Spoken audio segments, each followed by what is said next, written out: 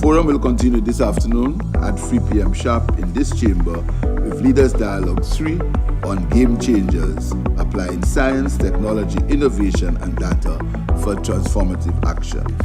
The meeting is adjourned.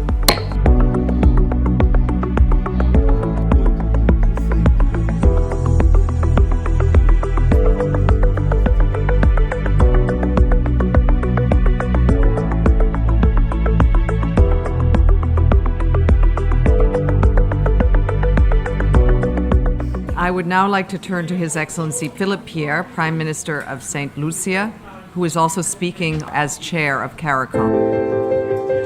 Excellencies, distinguished delegates, what does it mean to hold the pessimism of climate disaster and optimism of climate action together?